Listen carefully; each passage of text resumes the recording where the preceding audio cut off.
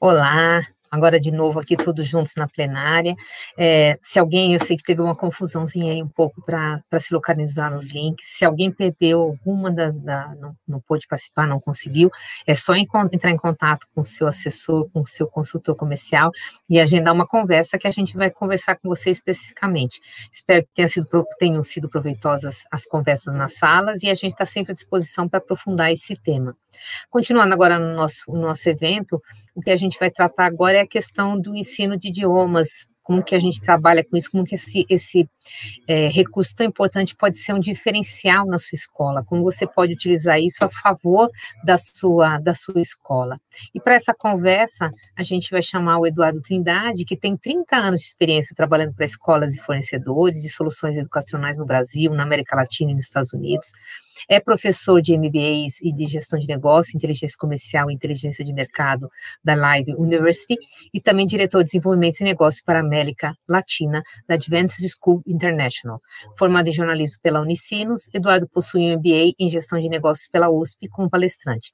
Eduardo atua desde 2002, dando palestras e cursos para educadores e gestores escolares em inúmeros países da América Latina, além dos Estados Unidos, Inglaterra e Turquia. Seja bem-vindo, Eduardo, a palavra é sua.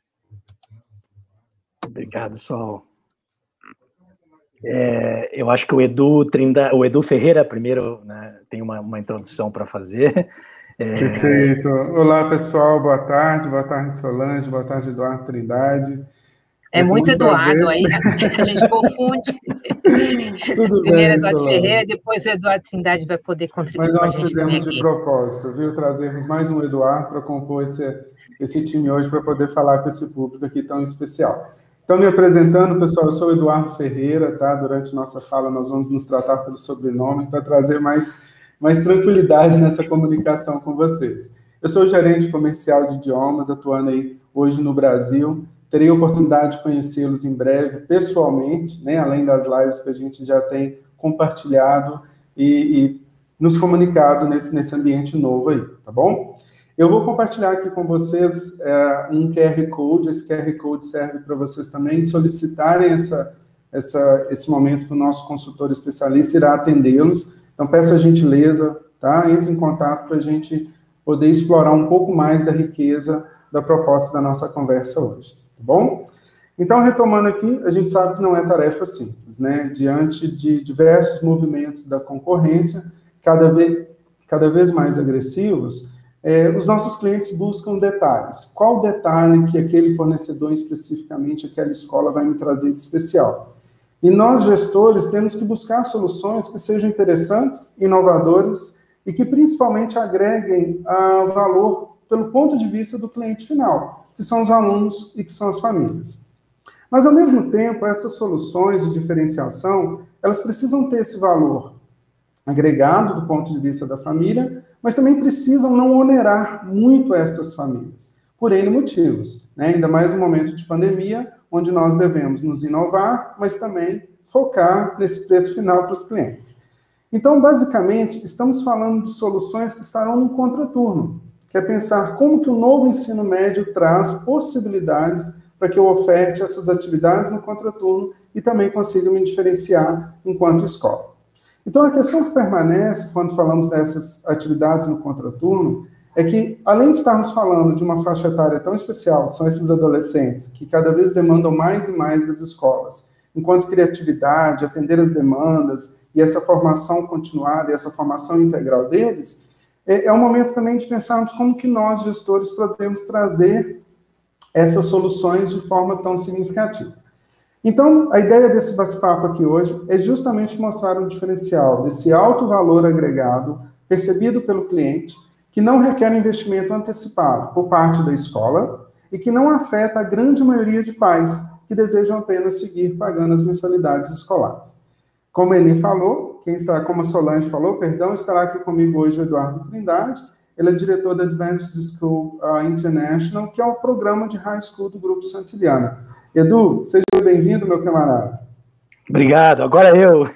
Obrigado a Sol também pela introdução.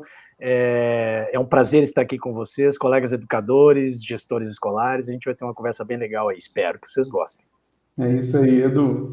Então vamos lá. Nesse mercado, Edu, onde a concorrência entre escolas se torna cada vez mais forte, como buscar uma solução que seja realmente um diferencial inovador nesse atual cenário?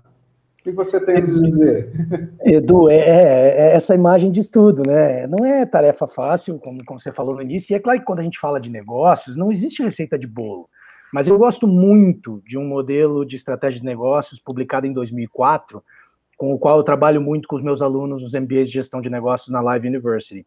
E eu gostaria de brevemente explicar aqui nessa nossa conversa, porque eu acho que essa é uma excelente estratégia de diferenciação constante nos nossos negócios, né? Seja ele escola ou o que for a nossa empresa. E essa é a estratégia do Oceano Azul, que consiste basicamente em oferecer a seus clientes alguma solução que nenhum concorrente do seu grupo estratégico direto esteja oferecendo ainda. Em outras palavras, é ser pioneiro, não é nada de muito novo, né? A estratégia escrita em 2004 traz a ideia do pioneirismo. Em outras palavras, é ser pioneiro no seu grupo estratégico ou oferecer aquela solução no mercado disputado pelos seus concorrentes diretos. Essa estratégia, óbvio, ainda pode ser aplicada de forma invertida também, porque olha só, não é só porque existe o Oceano Azul de um concorrente meu que eu vou chorar. Eu posso usar também a estratégia de Oceano Azul invertida de forma a avermelhar o Oceano Azul de um concorrente meu. Por exemplo, uma escola concorrente minha que está oferecendo uma solução sozinho no nosso mercado, nadando de braçada, e eu não tenho nada para oferecer do mesmo nível. Eu preciso tentar avermelhar aquele oceano dele. Então eu gosto muito da analogia da estratégia do Oceano Azul com as imagens que a gente vai mostrar a seguir. Por quê? Porque elas mostram muito bem, não só porque o oceano é azul, porque mas porque elas mostram muito bem como funciona o mundo dos negócios, né? Quando a gente oferece algo exclusivo e comparando quando a gente tenta bater cabeça com as outras escolas oferecendo só o mesmo, mais do mesmo. Né? Então esse surfista aqui, ele está na primeira foto surfando no Oceano Azul. Ele acabou de entrar sozinho nessa onda perfeita, com poucas chances de que algo vai acontecer errado, enquanto os surfistas da segunda onda estão todos disputando o mesmo espaço, numa onda que tem tudo para dar errado e derrubar a maioria deles antes de terminarem de dropar a onda ou descer a onda. Então é mais ou menos isso, Edu, não é fácil, mas eu acho que é por aí. Essa estratégia. Claro? Sim, claríssimo, Edu. Eu gosto muito dessa estratégia, também já tive acesso a essa informação quando eu fiz MBA, viu? Agora, Edu, supondo que eu seja um gestor escolar, tá? Como que eu identifico esse grupo estratégico a qual minha escola pertence? Boa pergunta. Na verdade, assim, para definir o grupo estratégico, primeiro, basicamente o grupo estratégico são os teus concorrentes diretos, tá? Porque dentro de uma mesma cidade ou mesma região, existem N escolas, né? Mas o grupo estratégico são aquelas escolas que de fato disputam com você.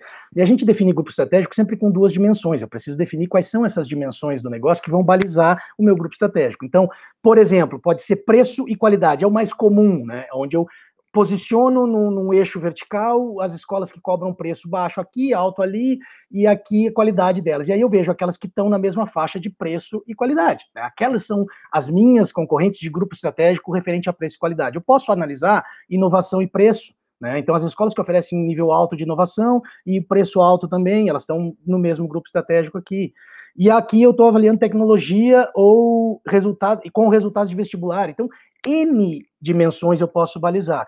É claro que, obviamente, eu vou ter que comparar os quesitos que fizerem mais sentido na análise do meu grupo estratégico para a minha situação atual. É preço e qualidade? É inovação e preço? Eu que tenho que definir. É importante lembrar, Edu, também, e colegas educadores, gestores, que em grandes centros, né, essas escolas podem chegar a ter até 10 ou mais concorrentes dentro do grupo estratégico, do mesmo grupo estratégico. Então, nesses casos, é importante mencionar uma adaptação já existente da estratégia do Oceano Azul, que é justamente a possibilidade de tu considerar que num mundo de universo num universo de grupo estratégico, onde eu tenho 10 concorrentes diretos, se eu tenho 2 entregando a solução, ainda é um Oceano Azul. Ou vamos dizer, o oceano, ele está começando a amarelar, mas ele ainda é azul. Porque pensa, 10 do seu grupo estratégico estão oferecendo, 2 só estão oferecendo dentro de 10. Então, ainda se pode considerar que desses 2 estão nadando em um oceano azul. Beleza, Edu? Beleza, Edu, com certeza. E é interessante que eu estou olhando aqui do ponto de vista de gestor, né? Essa fala nossa está bem direcionada ao gestor, nesse amparo, e o desafio do gestor nesse momento de pandemia, assim como nos demais momentos, é trazer essa inovação, né?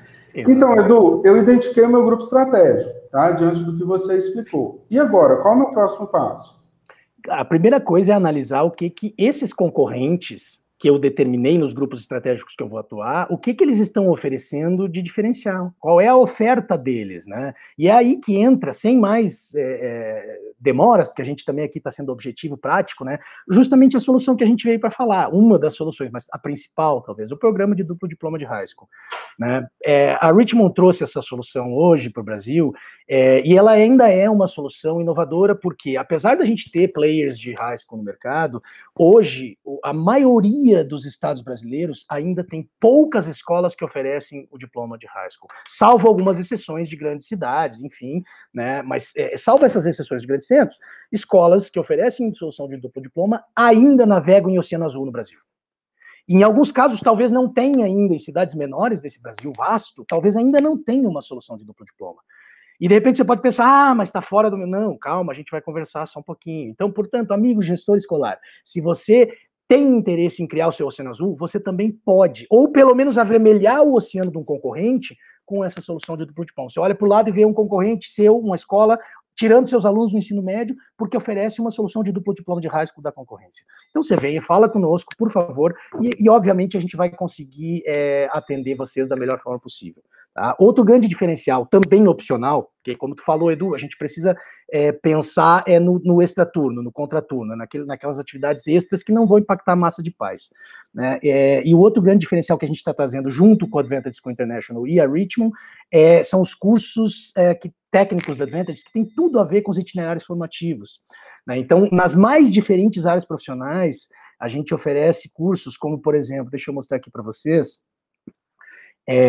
a gente tem 3D Game Design, Audio and Video Production, né? Então, assim, são cursos que, vocês olhando a tela fica mais fácil, né, eu acho, do que eu ler para vocês, mas é interessante vocês verem o tipo de curso que seus alunos teriam à disposição para escolherem dentro dos itinerários formativos da Advantage School International, nas mais diferentes áreas profissionais, e certificado por uma escola norte-americana. Então, aqui vocês não estão mais oferecendo só um itinerário formativo em português, você está oferecendo um itinerário formativo em inglês. Então, para exemplificar, estes que estão na tela são apenas alguns desses cursos, né? Depois vocês, por favor, entrem em contato nesse QR Code aí, para que a gente possa passar para vocês mais detalhes. Ok, Edu? E olha que interessante que você está comentando, porque no bloco anterior, onde nós tivemos a sala de idiomas, a fala da Isaura foi justamente direcionando a questão da disciplina, o inglês enquanto fazendo parte da formação básica, né? E agora a gente está trazendo esse momento aqui, o inglês sendo parte no contraturno, ou seja, as duas situações, que é o desafio do ensino médio hoje, elas têm soluções que estão ligadas às nossas ofertas, né? Exato. E, Trindade, eu sei que muitos dos nossos convidados aqui, eles estão conscientes, né, do ensino médio depois desse momento tão rico que foram esses 2 dias. E eles sabem que o desafio é oferecer cursos que chamem a atenção dos adolescentes. Com essas ofertas, a Santillana abre uma opção de parceria. Agora, vamos direcionar um pouco essa fala. Explique para a gente um pouco como que funciona essa solução de duplo diploma do high school. Claro, óbvio, a gente tem que, fala no santo, tem que rezar a missa, né? Então, a Advantage School International, que é a escola da qual eu sou diretor na América Latina, ela é acreditada ou é validada por esses birôs de validação que permitem que a gente ofereça internacionalmente o chamado duplo diploma de high school, que consiste, basicamente, nos alunos cursarem 6 matérias norte-americanas do currículo norte-americano online, aqui do Brasil. Estas matérias são 4 cadeiras de inglês, os 4 anos últimos de inglês, né, porque lá o high school, só lembrando, o high school lá é do 9º ao 12º, né, então os 4 últimos níveis de inglês 9, 10, 11, 12, história norte-americana e governo norte-americano e política norte-americana. Então essas 6 matérias são cursadas em 3 anos, tá, gente, porque você não precisa usar a duração de ano, por exemplo, do inglês, né, então você vai usar esses 6 créditos em 3 anos pela Richmond, e o restante todo o restante é validado do currículo nacional. Então, claro que eu sei que aqui tem gestores que já têm a solução de high school, talvez da concorrência, e talvez se interessem pela qualidade e valor, a gente vai falar isso depois mais para frente, e os consultores vão entrar em contato com vocês, mas a gente aqui está trazendo a possibilidade de que eles validem todas as matérias do currículo brasileiro através desse duplo diploma. Então, a carga horária, também é importante falar, né, a carga horária de dedicação para que eles cumpram esses 6 créditos em 3 anos, em torno de 5 horas semanais, lembrando, como tu bem falaste, do contraturno, tá? Então, esses alunos, eles vão ter que dedicar 5 horas semanais no contraturno. Se quiser estudar de noite, no sábado, quando quiser, a plataforma permite que eles estudem no ritmo deles, sem problema nenhum. Né? Então, a carga horária para terminar em 3 horas, para terminar em 3 anos, 5 horas, tá? E, obviamente, lembrando que tudo isso sempre pode ser feito de forma 100% online, assíncrono, como também, se for de interesse da escola, é possível fazer um blended, né, trazer o professor local trabalhando também em uma dessas 5 horas, enfim. Mas isso fica a critério da escola, tá, Edu? Não sei, obviamente tem muita coisa para a gente explicar, né, mas eu acho que aqui a gente dá uma pincelada, e aí, Edu, depois vocês orientam os consultores a falar com os interessados aí para explicar em mais detalhes. Eu mesmo faço questão de estar com os clientes, enfim. Claro, Edu. E é como nós falamos, né? Essa escola também está buscando esse diferencial. Nós, da Santiliana, também trouxemos um diferencial. A gente não trouxe mais um high school, nós trouxemos um high school com diferencial, né? E falando justamente nisso, além desse óbvio, que grande benefício hoje para os alunos, ou famílias, no caso, você apontaria como uma solução como que a gente está trazendo aqui, Edu? Perfeito, claro, porque aí a gente, como gestor escolar, também precisa olhar para o interesse da família, né? E quando um pai busca uma solução de high school para o seu filho ou filha, né, na verdade ele está buscando oferecer as melhores oportunidades de desenvolvimento acadêmico para o seu filho ou sua filha, né? É um projeto de vida, né? Eles investem em um projeto de vida. Então, na minha opinião, quando a família opta por matricular os seus filhos no high school, esse projeto de vida quer que a gente abra portas do mundo para os seus filhos, né, permitindo que eles apliquem para as melhores universidades norte-americanas. E a gente tem o diploma com validade em todos os Estados Unidos, que permite que o seu aluno aplique para qualquer universidade norte-americana ou até fora dos Estados Unidos, mas a gente tem 2 detalhes interessantes, que são 2 parcerias, que são essas que estão na tela, que garantem aos nossos alunos entrada em 15 universidades norte-americanas. Então, através de uma parceria com a TMCC, né, e através de uma parceria com a Nevada Reno, a gente tem a possibilidade de dar entrada para os nossos alunos, dependendo das médias dele, mas, tem médias mínimas, Edu, de aprovação, então ele tem garantido, tem garantido também, isso é que é interessante. E tem média um pouquinho mais acima, daí ele garante a Nevada também, e aí, se quer buscar a Ivy League, ele pode buscar também, ou seja, eles têm a opção de aplicar para onde quiser, mas também tem a garantia de acesso a algumas universidades em diversos estados norte-americanos, caso as aplicações preferenciais não forem aceitas por nível acadêmico. Tá, e agora vamos falar daquele ponto que muitos gestores e famílias questionam, Edu. Como é que fica a nossa preocupação nesse custo, ainda mais no cenário pós-pandemia? Como que a gente trabalharia o high school nesse aspecto? A preocupação de não encarecer o ticket da escola, isso, assim, é óbvio que a gente tem uma preocupação constante com isso. Gente, a pandemia, ela mudou o mundo, né, e assim, não é clichê falar que, assim, afetou todo mundo também, mesmo aqueles menos afetados, os mais abastados, que a maioria das escolas que estão, de repente, na categoria A ou B e tal, na classe A ou B, de repente, tiveram menos impacto, ainda assim tem impacto. Todo mundo sofreu de uma forma ou de outra, financeiramente, socialmente, de N formas. Então, pensando no lado financeiro, obviamente aqui tem a grande sacada desse programa é esse, cara, ele é 100% opcional. Até porque, sim, tem um nível linguístico exigido, então não é todo aluno que vai ter um nível linguístico. Então é quem quiser que vai acessar. Obviamente ela agrega alto valor percebido, não precisa nem dizer, quando você fala, mostra para o pai que você está oferecendo para ele o acesso a uma universidade norte-americana, né, mas aí ele perguntar, mas e o custo? Então o fato de ser opcional pesa muito. E além disso, né, a gente precisa também destacar um ponto importante, cara, assim, quando a gente pensa na relação custo-benefício, tudo o que ele ganha, perto do que ele vai pagar. Então, quando a gente coloca tudo no peso que ele está recebendo, em troca do que ele está pagando, ele vai ver que é irrisório, né, e obviamente, a gente também tem a preocupação de que isso possa trazer, não só favorecer os pais da escola atual, mas trazer clientes da concorrência. Porque esse é o objetivo, quando a gente começou a falar aqui, gente, aqui eu estou falando de negócio com vocês. Então, assim, se eu quero fazer uma consultoria de negócio para vocês, como a gente faz, eu preciso orientar vocês a como ter mais clientes. Então, o melhor de tudo é que esse tipo de solução, você vai receber uma placa como essa, você vai ser parceiro internacional de uma escola norte-americana, e você não tem custo nem risco, né? Você, gestor, vai usufruir dos benefícios de marketing que uma solução como essa aporta, recebendo a placa de parceria, anunciando a parceria internacional como uma escola norte-americana, e não vai pagar nada por isso. E eu até menciono, eu gosto de trazer um caso, Edu, porque sempre perguntam, mas isso é real, eu trago um caso, assim, eu só vou preservar o nome da escola, mas quando a gente estiver conversando realmente com os gestores, a gente pode abrir e tal, até conversar com ela é uma gestora de uma escola que é parceira nossa e não teve um aluno no primeiro ano, por causa da pandemia, ela ofereceu, anunciou, mas é uma escola pequena, né, que está começando, e ela tem uma base maior no fundamental e poucos alunos no médio. O que aconteceu? Não teve aluno. Pagou um centavo? Não pagou nada. E continua anunciando no mercado a solução de high school. Então, quer dizer, internacionalizou a escola, recebeu a placa, anunciou no mercado e não pagou nada, porque não teve aluno. Não é o que a gente quer, óbvio, a gente quer aluno, a gente vai ajudar vocês a construir alunos também, mas, ou seja, em um momento de pandemia, é exatamente isso que os gestores escolares estão buscando, uma solução de alto impacto, com um altíssimo, eu diria, valor percebido, e que eles possam utilizar em seu marketing de diferenciação, mas ainda sem custo para eles, né? Então, nesse caso, é sem risco nem custo para a gestão escolar, né? E também sem impacto na base de pais que não quer aumentar o ticket da escola, tá? Então, é opcional. Perfeito, Edu. E você falou há pouco, já vamos finalizar, né, em função do nosso horário, mas o objetivo era deixar essa mensagem clara de como o novo ensino médio abre possibilidades para a escola, agendarmos esse bate-papo mais direcionado para cada um. Então, para a gente finalizar, você falou há pouco sobre a solução para uma escola que busca se diferenciar, né? Precisa agregar valor percebido para o cliente final. E como saber que a solução de duplo diploma do high school é algo que, de fato, os pais e os alunos perceberão valor?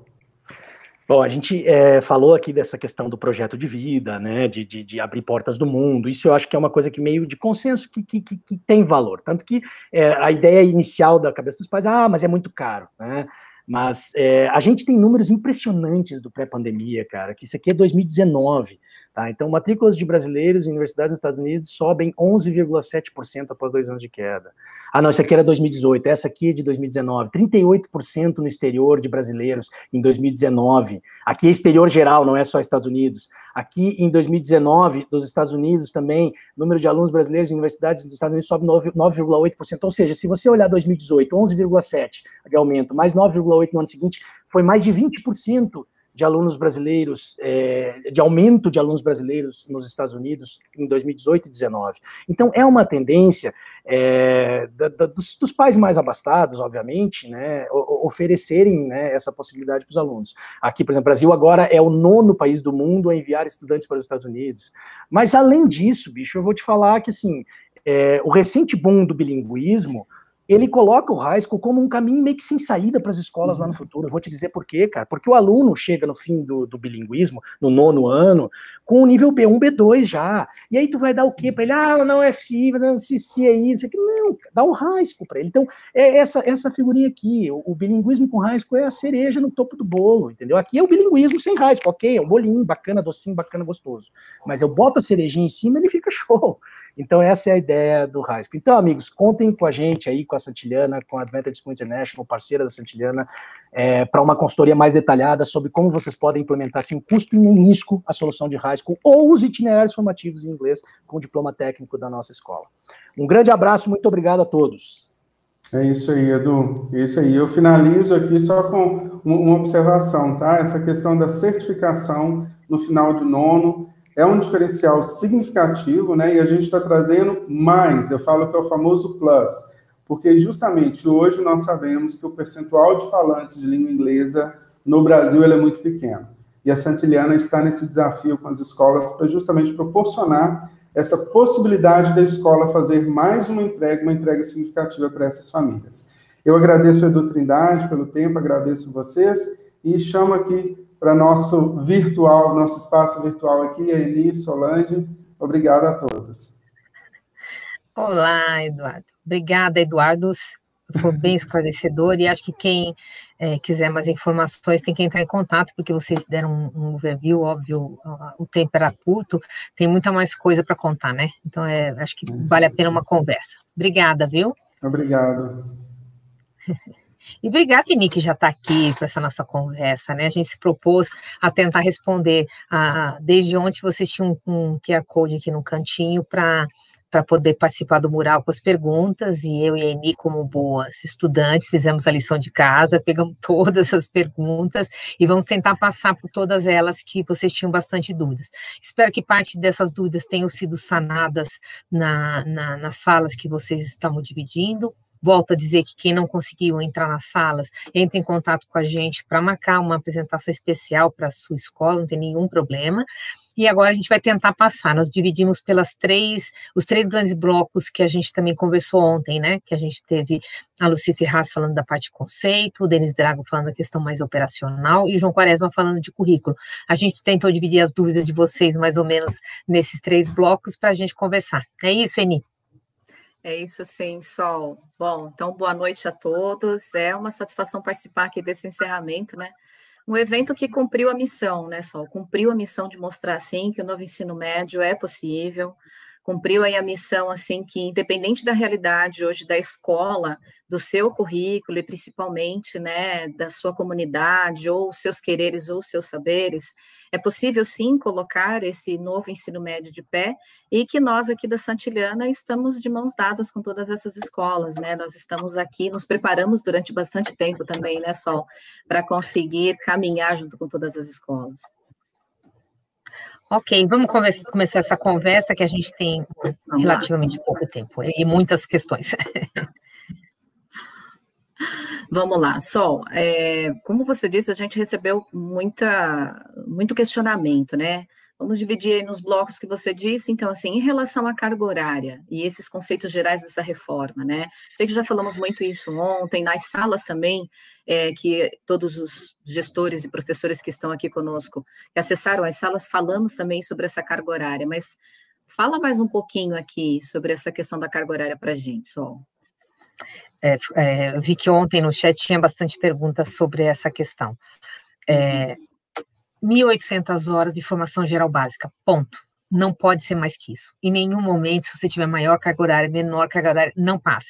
E até porque as habilidades da base são fixas, elas estão lá, elas não mudam. Não é porque você amplia a carga horária que amplia o número de habilidades, elas mantêm. Então, essas 1.800 horas são as habilidades e competências que estão na base e que compõem as 1.800 horas e que vão ser a primeiro dia do Enem, que a gente também já vai conversar sobre isso.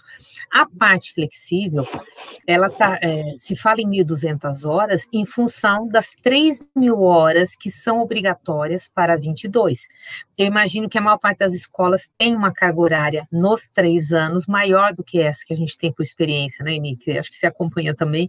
A maior parte das escolas passa dessas 3.000 horas. Não é o caso de escolas públicas e até por isso que a obrigatoriedade de 3.000 horas veio para 22.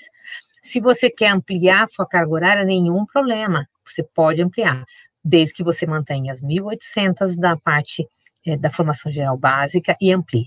Essa parte de que para 22 são 1.200 horas, mas que podem ser até quantos você quiser, na verdade não tem limite, existe uma projeção de chegar a 4.200 horas, mas não tem ainda prazo para isso.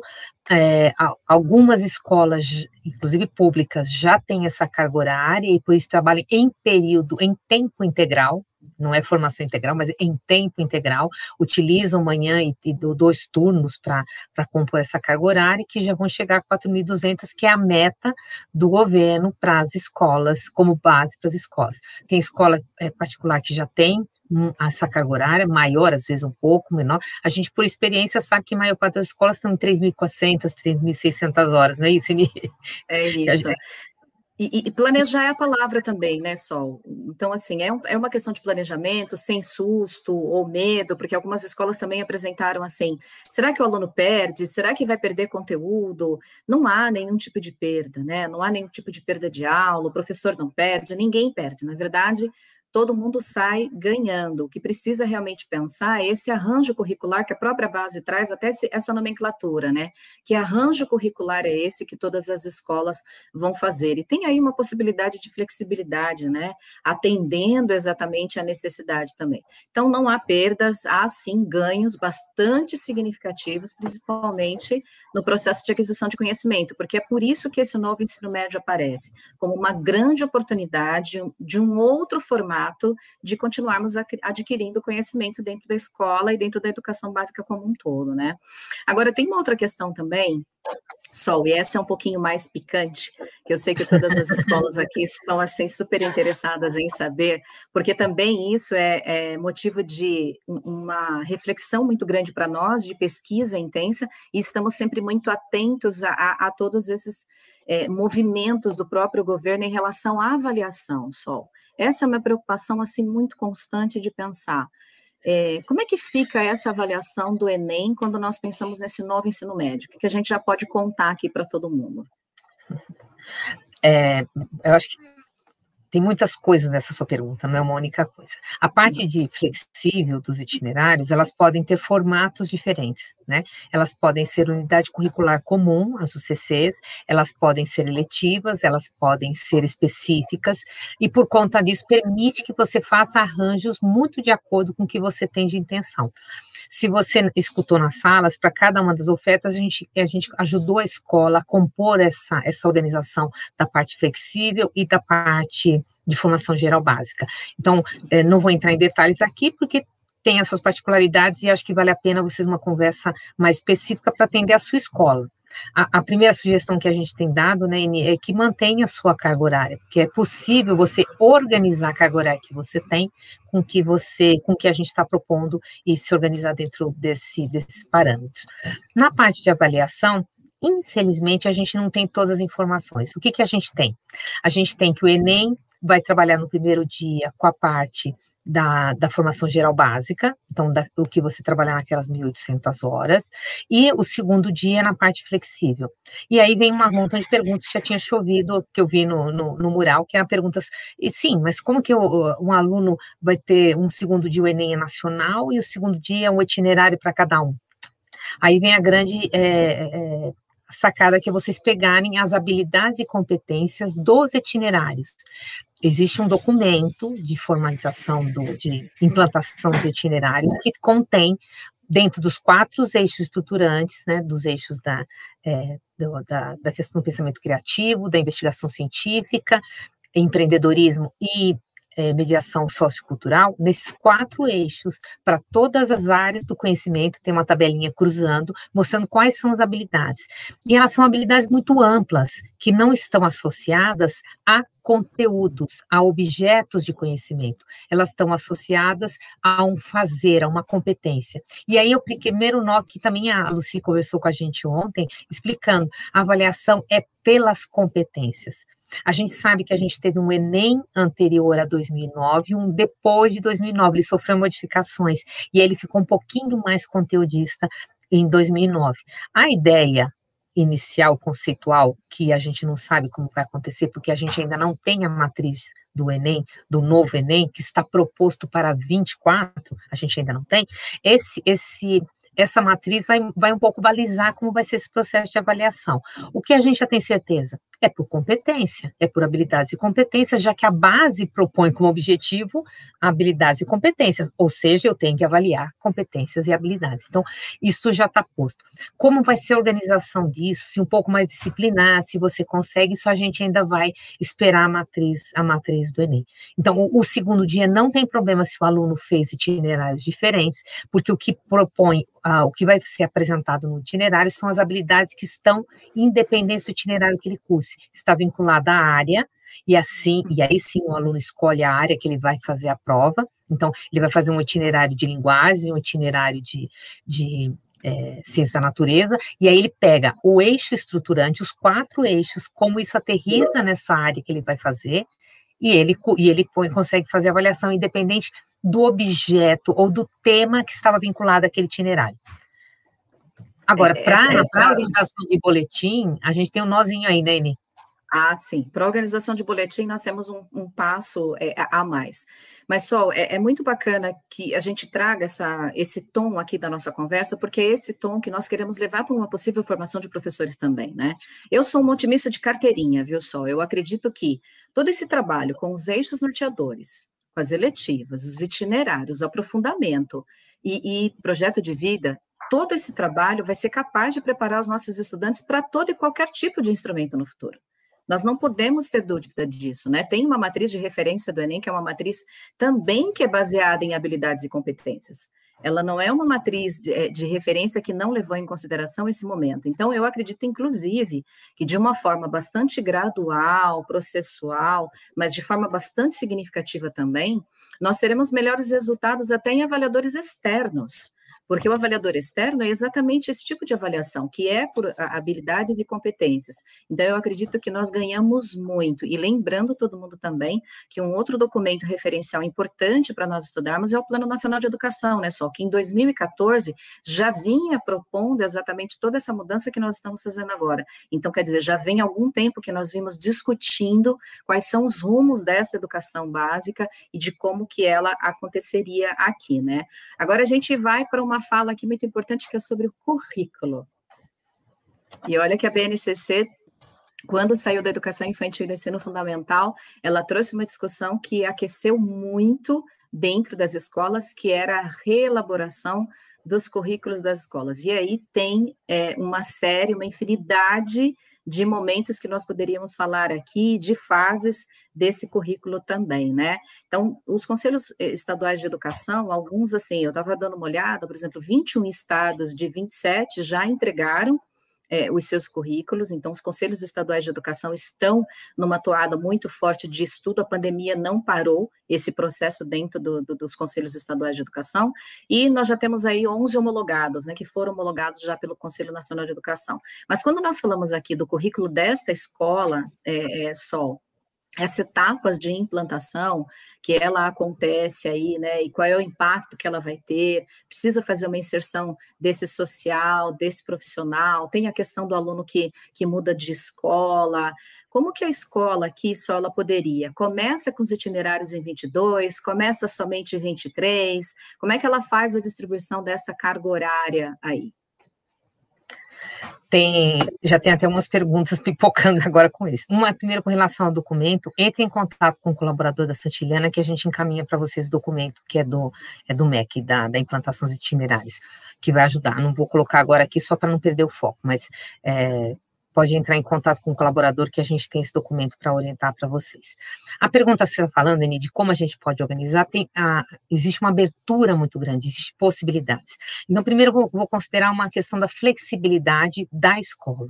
A escola tem possibilidade de escolher. Ela já está previsto na base, que tem as orientações da base, existe o currículo estadual e existe o currículo da escola. Então, por aí você já pode perceber que cada escola pode construir seu currículo. Existe uma liberdade de distribuição dos itinerários ao longo dos 3 anos. E aí também a escola faz a escolha.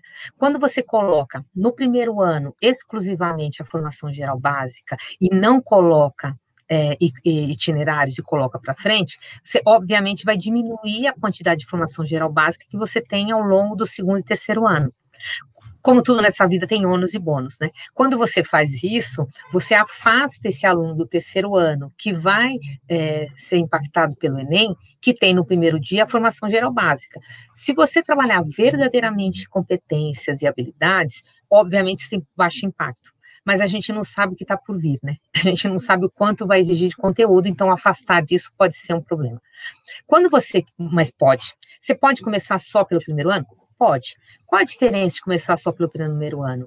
Esses alunos, eles não vão, o 2º e 3º ano, em 22, eles não vão ser impactados pelo Enem de 24, né? Só quem está no primeiro ano. Mas qual é o problema? O ambiente de trabalho e o ambiente universitário, eles vão estar juntos, e as exigências do mercado de trabalho vão ser com o que a gente está apresentando, que a base traz uma formação para a vida. Então, se você fizer isso, já é um erro. O segundo ponto que eu acho de não implantar em todos, é que você corre também o risco de segundo e terceiro ano se sentirem excluídos, fora desse processo, dessa inovação, desse arejamento que está tendo a educação. Então, existe possibilidade de você fazer transições mais por etapas. Então, dá para fazer um currículo em 22 para o primeiro ano, para o segundo, para o terceiro diferenciados, e que em 23, o segundo ano não vai ter o mesmo currículo que o segundo ano de 22. Você pode fazer distintos, porque o segundo ano de 23, ele teve um primeiro ano diferente do que foi o aluno que tem isso. Tinha muitas perguntas com relação a isso, o aluno que já está cursando. É isso, você vai montar um programa, um currículo para 22, um currículo para 23, um currículo para 24, até que você tenha isso consolidado. Então, é possível fazer essas modificações, não precisa ser um que você implante, porque, obviamente, sem corre erros, o aluno que está no segundo ano em 22 não fez um primeiro ano de acordo com o que você está planejando para a sua escola. Então, vale a pena você tomar cuidado com isso. Tem um ponto aí, Sol, que é muito importante, assim, que a escola, nesse momento, talvez ela tenha que fazer algum tipo de escolha, e toda escolha requer uma renúncia. A escola tem que pensar nesse planejamento e pensar assim, o que é possível fazer dentro da realidade que eu tenho, com os recursos que eu tenho, e também aí com os parceiros educacionais, o que nós estamos oferecendo para a escola conseguir colocar de pé tudo isso. E essa questão de você ter currículos diferentes e adaptados para cada momento também, é uma conversa super importante que nós já começamos com todas as escolas em 2020, né, Sol? Felizmente, em todas as escolas daqui, nós já começamos essa conversa, salientando exatamente isso. Nós vamos ter públicos diferentes, nós vamos ter uma oferta diferente de currículo, até que nós conseguimos chegar numa normatização para esse ensino médio. Então, é um caminhar aqui muito profundo. Eu acho que o professor precisa passar também por um processo de formação de professores, né, Sol, que é a nossa, assim, eu e a Sol, nós somos formadoras aqui de carteirinha, então essa é a nossa grande missão aqui dentro também, não só auxiliar as escolas em toda essa parte documental, de como que eu elaboro o currículo, como que eu elaboro uma grade para cada um dos anos, mas também a formação de seus professores, para que consiga colocar não só esse currículo de pé, mas toda uma proposta nova do novo ensino médio. Então, nós estamos ali muito dentro. Agora, Sol, tem uma perguntinha aqui, que essa já está respondida há bastante tempo, mas é sempre bom trazer à tona. Como é que fica a filosofia e sociologia? Você sabe que até na conversa, na conversa com a Marta Avancini, eu até falei um pouco disso, porque a mídia acabou trazendo muito, sumiram, não tem mais, não, tá tudo lá, tá tudo lá. Por isso que eu trouxe a pergunta para cá, porque foi um dos primeiros sustos que os professores tomaram. Meu Deus, filosofia e sociologia sumiu. Calma, gente, calma. Nem filosofia, nem sociologia, nem nenhuma das outras. Você organiza. O que está é que ela está organizada por área. E dentro dessas áreas você tem os componentes curriculares. Por que matemática e português estão distintos? Porque, primeiro, o objeto do conhecimento de português, alguns são muito estanques, eles não conversam com outra área. Assim, você usa a linguagem para falar, sim, mas o estudo da língua, né, da oração subordinada, da gramática, ela é própria da língua portuguesa. Então, você não... você precisa trabalhar ela de maneira mais estanque, e matemática, porque a área já é só matemática. Muito dos trabalhos que a gente tem aqui na Santillana, e vocês devem ter visto, eles conversam, a matemática conversa com outras áreas, então a gente sempre busca aproximar a matemática, que é um componente que está isolado na sua área, ele é área, né, para que ele pudesse conversar, que isso é muito saudável, porque essa visão do mundo, da complexidade do mundo e da interdisciplinaridade é super saudável. Então, não é que a gente tirou os componentes, há uma diferença entre você trabalhar o componente e depois mostrar como ele se junta no mundo, ou você mostrar o mundo e como esse mundo é trabalhado por componentes curriculares, porque a complexidade, o mundo não é exclusivamente biologia, exclusivamente física, ele é, aliás, muito mais até que a área, ele é até mais complexo que isso, mas por uma questão de especificidade, você precisa dividir por área, por componente curricular. É um pouco, para quem já estudou Edgar Morin, né, a complexidade, a parte, o todo, né, o local e o global, como que você consegue ter o todo e ter a parte continua lá, o componente continua lá, porque primeiro que a gente não tem nem professor formado por área de conhecimento, a gente tem professor formado por componente curricular, mas o que não pode perder é essa visão do todo, essa não fragmentação, que é muito importante para entender, para fazer sentido para o aluno que ele está estudando, e para ele entender o mundo, porque o mundo não é separado por componente curricular. Perfeito, Sol. Um exercício muito bacana que eu digo aqui que todas as pessoas poderiam fazer é pegar os eixos, né, estruturantes que você trouxe agora, investigação científica, processo criativo, mediação, intervenção sociocultural, empreendedorismo, tenta encontrar a sua disciplina lá dentro. Quem é que faz mediação e intervenção sociocultural sem estudar filosofia e sociologia? Esse é o ponto. Esse é o ponto. Vamos chamar isso de transposição didática. Como é que eu olho para esses eixos estruturantes aqui de todas as eletivas que nós temos? E, felizmente, nós temos dentro das nossas eletivas a contemplação desses eixos estruturantes. Então, pensa, como que eu vou pedir para o meu aluno fazer mediação e intervenção sociocultural sem que eu ofereça a ele minimamente conceitos a respeito de filosofia e sociologia? Então, nós não temos perda. Esse é um ponto importante, né, Sol, da gente pensar nesse novo ensino médio, que não é uma perda, mas ele se trata aí de uma grande oportunidade. Sabe que eu vou aproveitar e falar uma coisa, que tem uma pergunta aqui com a diferença de eletivas e itinerários, e ontem o João Quaresma usou um montão de sopa de letrinhas, de siglas, para falar com a gente, e a gente vai começar a usar, porque a gente vai falar muito sobre isso. FGB, Formação Geral Básica, IF, Itinerários Formativos. Você tem esses dois blocos. Dentro de formação geral básica, é a base, a BNCC. Dentro de itinerários formativos, você tem eletivas, específicas, unidades curriculares comuns, existe uma variedade. Então, a pergunta de diferença de eletivas e itinerários, eletivas está dentro de itinerário. O que difere específica de eletiva, aí tem uma distinção. Primeiro, eletiva não é obrigatória a oferta, não é, a escola não precisa ofertar, ela é normalmente de menor duração, de curta duração, ela cumpre uma função um pouquinho de ampliar repertório, de aproximar algum tema que seja muito mais voltado para o interesse do aluno. O itinerário de específicas e aprofundamento, eles têm uma unidade curricular, uma sequência didática mais ampla e com maior profundidade. É isso que distingue, até em termos de carga horária, só para vocês entenderem, mas tudo que está nessa parte de F são as eletivas específicas, unidades curriculares comuns, elas estão dentro da parte flexível que se chama itinerários formativos, só para deixar completamente claro. E os próprios nomes também, Sol, eles levam à denominação de um conceito, né? Então, eu tenho os itinerários. O que é o itinerário? É um caminho, é uma jornada, é um percorrer que você vai ter.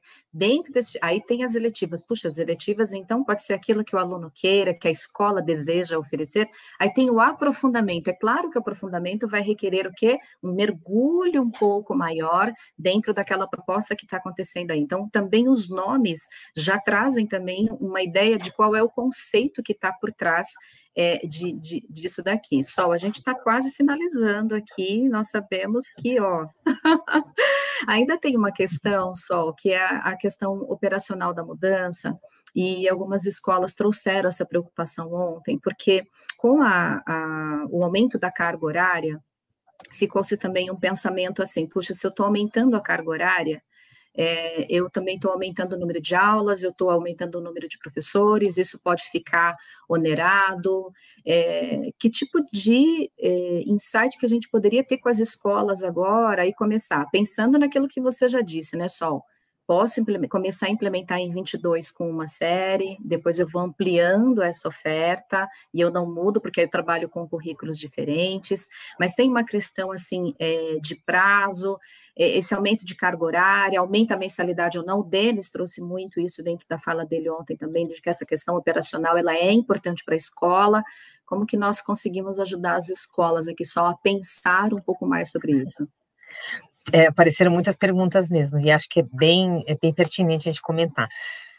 A primeira coisa é que se você tem uma carga horária menor que 3.000 horas, vai ter que ampliar, ponto, porque é obrigatório ter 3.000 horas. Se você tem acima de 3.000 horas, eu, com uma experiência de 30 e poucos anos em escola, antes de estar na Santillana, eu manteria. Primeiro porque a gente tem muita transformação para fazer, não precisa ampliar a contratação de professor, mudança de professor, aumento de mensalidade, eu acho que não é a época de fazer isso. Então, o que você faz, se você já tem mais de 3.000 horas, é olhar para a sua matriz curricular, é olhar para a sua grade, e olhar como você pode usar aquilo e montar um quebra-cabeça. Isso exige de você perguntar para os seus alunos o que eles têm interesse, que faculdade que eles cursam, qual é o perfil, o que eles têm de interesse, porque o itinerário, a proposta, não é que ele vai fazer a escolha da profissão, ele vai experimentar o que ele acha que ele gosta. E aí, nessa experiência, ele pode falar, não é isso que eu tenho interesse, que bom, porque aí é um lugar de fazer isso, não lá na faculdade, na universidade. Eu tenho dado da USP, 33% dos alunos ingressantes da USP, eles desistem do curso porque acham que não é o que eles queriam. É um desperdício para todo mundo, não só de tempo, mas de organização. Então, ele vai experimentar. Nessa parte de organização, você, então, primeiro conversa com eles, você pergunta para os seus professores que especialidade que ele tem, se um itinerário, porque o professor tem uma formação básica, mas eles têm especialidades, eles têm especializações que eles fizeram, eles têm interesses, o que eles se debruçam. Pergunta, e desse quebra-cabeça entre o que você tem de carga horária, o que você pode, você vai montando. Quando a gente falou da parte flexível, que tinha as unidades curriculares comuns, essas unidades curriculares comuns, elas são para todos os alunos. Você pode estabelecer, mesmo dentro da parte flexível, é flexível porque que você, a escola, escolhe colocar ou não no seu currículo, mas ela pode ser obrigatória para todos os alunos. As específicas e eletivas, aí não, tem que ser elegível, tem uma parte que é elegível por parte dos alunos. A oferta também não tem uma regulamentação disso, mas quanto você tem que oferecer de itinerários não está proposto na base, nem na regulamentação do novo ensino médio, na LDB, na atualização da LDB. O que está escrito lá é que você tem que fazer uma oferta para ele escolher. Então, já começa a primeira coisa. Óbvio, para ser uma escolha, eu preciso ter 2 ofertas, no mínimo, para ser uma escolha, né, Início? Um só não é escolha. Então, obviamente, 2 ofertas. Aí apareceu uma dúvida, mas se eu tiver 3 turmas só, uma de cada um, é óbvio, se eu oferecer 2 para a primeira turma, 2 para o segundo, 2 para o terceiro, eu vou dividir as salas e o meu impacto dobra o custo dessa sala, né? Ou se a sala é muito pequena. Mas aí, se eu tenho somente 3 turmas só, nós podemos fazer um multisseriado. Exato. É isso, pode ser multisseriado. Porque nessa faixa etária, gente, de primeiro ao terceiro ano, e esses conteúdos, da maneira que eles são organizados, pelos eixos, dentro das habilidades, não tem problema, ele encaixa de primeiro ao terceiro ano. Eles são atemporais nesse sentido. Um bom itinerário, na verdade, ele é atemporal que você possa fazer no seriado. Então, você tem 3 turmas, você pode oferecer 3 itinerários, e na hora dos itinerários, aí tem uma organização, na hora que montar o horário, que é aquela coisinha. Eu não sei se esses programas que montam o horário vão dar conta, ou se a gente vai ter que fazer no alfinetinho, que antigamente fazia no alfinetinho, a montagem do horário, vai ter que organizar que todas as salas estejam cursando os itinerários no mesmo momento, porque aí todo mundo sai, vai para os itinerários e cada um para o seu itinerário, as 3 turmas, então em cada itinerário você tem alunos de primeiro, segundo, terceiro ano. E isso resolve o seu problema de ampliar a carga horária. Exatamente isso, Sol. E isso é de uma riqueza muito grande, porque nós já temos experiências aí pelo Brasil inteiro e também fora do Brasil, de que você montar a sala multisseriada com alunos do primeiro, do segundo e do terceiro é um ganho bastante significativo no desenvolvimento de competências comportamentais até, né, Sol? Que elas são tão importantes quanto as habilidades cognitivas. Então, as socioemocionais, as comportamentais, elas também. Então, é uma grande oportunidade. Escola, se você tem somente 3 turmas de ensino médio, fala conosco, nós vamos até a escola, vamos discutir junto com vocês e vamos criar um caminho que é possível, até porque só a escola já faz isso. Né? Nós já calculamos a carga horária das áreas, das disciplinas, dos projetos, a gente considera feriado, evento escolar, reunião de pais. Então, quer dizer, nós já fazemos isso. Então, é apenas um pequeno ajuste que nós temos que ver e criar um mundo de possibilidades. Lembra sempre da palavra arranjo curricular, flexibilidade. Não perca essas palavras do seu vocabulário e pensar exatamente nesse currículo, assim que ele fica flexível. E tem um outro ponto também, Sol, é que as pessoas me perguntam muito assim, mas quem é o professor que vai dar a aula do projeto de vida? A gente fica até meio tristinho, né? Porque não é dar aula do projeto de vida, né? É projeto. Então, poxa vida, vamos formar esse professor, vamos capacitar esse professor para que ele assuma, então, uma turma de projeto de vida, mas ele tem que ter um perfil profissional assim ou assado. Vamos olhar para os professores que nós temos dentro de casa. Vamos olhar, que nem você falou, Sol, para os talentos que nós temos dentro de casa. É possível você selecionar um perfil? É possível, mas é possível também você formar essa pessoa para que ela atinja aquilo que é o objetivo. E em se falando de projeto de vida, quantos de nós que somos professores aqui estamos bastante próximos dos nossos alunos, né? conversando com eles a respeito das suas escolhas, orientando esses alunos a respeito. Quantos alunos vão fazer biologia, Sol aqui, que é da biologia, quantos alunos não foram inspirados, né, pela própria atuação em sala de aula desse professor? Nós sabemos que isso acontece muito dentro da escola. Então, é sempre assim pensar. Nós temos condições de formar os professores para assumir tudo isso. É lógico que é uma caminhada, é processual, mas sim é possível de fazer acontecer. E aí também tem deixa eu falar uma coisa. Pode falar, Sol, pode falar. Imagina. Não, termina, porque eu vou falar de outro tema que apareceu aqui, desculpa. Não, eu ia comentar com você a respeito, assim, de como a comunidade vai ser impactada por tudo isso, porque tem uma questão aqui do envolvimento dos pais, né? Algumas escolas também ficam, né? Como é que eu comunico para os pais? Como é que eu conto para eles que a minha escola está fazendo todo esse movimento? Acho que é super importante, você colocou duas coisas importantes de comentar. Uma primeira é retomando a questão dos itinerários. Quantos você vai ofertar e quantos alunos tem que cursar, a escola que determina, tá bom? Então, se você quer oferecer 4 e eles vão ter que escolher 2, se você quer oferecer 3, eles vão escolher 1, a escola que vai organizar. Tem que ter uma escolha e que tem que ter uma oferta. Obviamente, quanto mais você tiver diversidade de oferta, mais você consegue contemplar todos os alunos, e isso é bacana até para a fidelização dos alunos. A segunda coisa que você colocou foi com relação à formação de professores, e também apareceu muita pergunta ontem.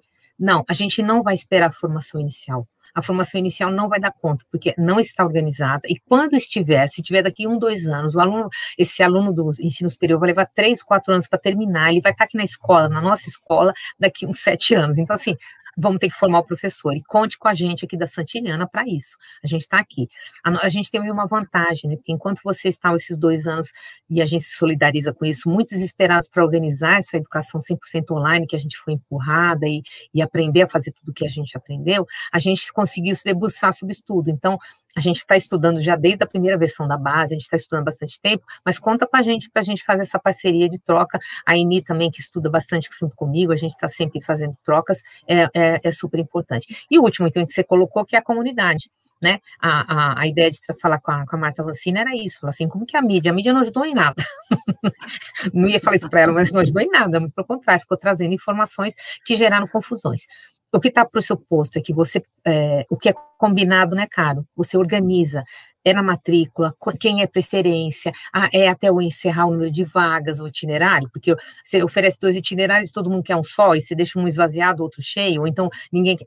E põe regra, você tem que estabelecer e comunicar essas regras de implantação dos itinerários. Para isso, também conte com a gente, que a gente tem uma experiência e pode trocar o que a gente tem visto por aí, de como organizar, como comunicar a implantação dos itinerários, né? Como que você fala, tem um detalhe importante, tem que comunicar ainda esse ano.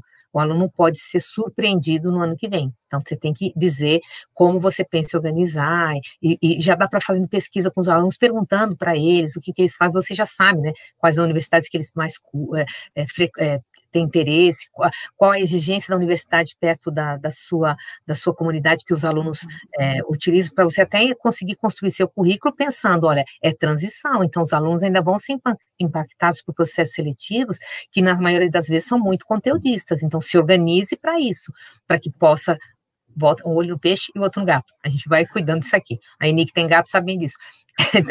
Um olho no peixe e outro no gato. Mas é isso. Obrigada, Sol. Por falar em gato, ela passou o rabo por aqui, ó. Eu vi. Você viu, né? Ela é danada. Bom, Sol, nós agora, infelizmente, temos que terminar aqui este momento, mas quero agradecer já a participação de todos. Nós estamos super à disposição, todas as equipes pedagógicas estão à disposição de todos vocês. Tem uma pesquisa de satisfação para que todos vocês respondam, por favor. A pesquisa é extremamente importante para nós, é uma maneira de que nós estamos aqui alinhando também os nossos passos para conseguir atender cada vez melhor todas as escolas. Então, por favor, respondam a nossa pesquisa. Nós vamos disponibilizar também aí nas próximas semanas os conteúdos, né, alguns conteúdos que foram vistos aqui. Nós estamos na elaboração de um e-book também, com todas as nossas ofertas, como que nós podemos ajudar todas as escolas. Então, logo mais vocês também, naquele e-mail que vocês cadastraram, vocês vão receber também toda essa gama de documentação, de tudo que nós falamos aqui, para poder auxiliar essa caminhada de todos vocês. E Sol, obrigada mais uma vez. Acho que fica aqui uma fala de provocação para todas as escolas, Sol, que nós podemos encarar esse novo ensino médio como um problema ou como uma oportunidade. Então, eu acredito que os conhecimentos nos trouxeram até aqui, né, Sol? Mas agora nós precisamos adquirir novas maneiras de fazer. É um novo ensino médio, então vamos voltar a estudar com bastante afinco, vamos entender qual é a educação e principalmente, qual é a educação que esse jovem precisa hoje para se tornar esse profissional aí que vai para o mundo do trabalho que você também citou aqui, né? Porque numa determinada medida ele vai para a universidade, mas ele também vai para o mercado de trabalho. E temos aí uma grande responsabilidade, né, Sol, de conseguir colaborar com todas as pessoas, e a pergunta sempre é, né, escola, gestores, professores, vocês todos que estão aqui, como que nós podemos ser colaboração na vida de vocês? Eu sempre gosto muito da nossa conversa, porque vocês perceberam, a gente veio complementar, né? A gente acaba sendo um aprendizado para ambas, né? A gente sempre conversa, então já agradeço a conversa com você.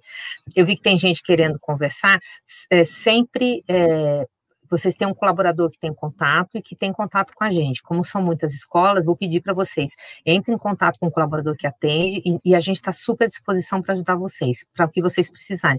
Porque faltou um montão de coisa que eu queria falar, que eu acho que ficou umas 2 horas aqui, mas vale a pena a gente ter uma conversa mais individualizada. Então, entrem em contato, todos vocês, com os colaboradores que atendem a escola de vocês, que a gente está junto para ajudar vocês, tá bom? Toda a nossa equipe. Não é isso, Eni? É isso, Sol. Muito obrigada mais uma vez. Tenham todos um bom descanso. E eu espero amanhã receber muitas solicitações aí. Olha, quero a Solange aqui na escola. Olha, eu quero a Eni aqui na escola. Nós vamos com o maior prazer do mundo. Muito obrigada a todos. Obrigada também a todas as equipes da Santillana, equipes pedagógicas, a equipe comercial, o pessoal daqui do estúdio, porque é muita gente por trás aqui trabalhando no bastidor para que esse momento aconteça. Então, fica aqui o meu carinho e a minha gratidão a todos vocês. Muito obrigada.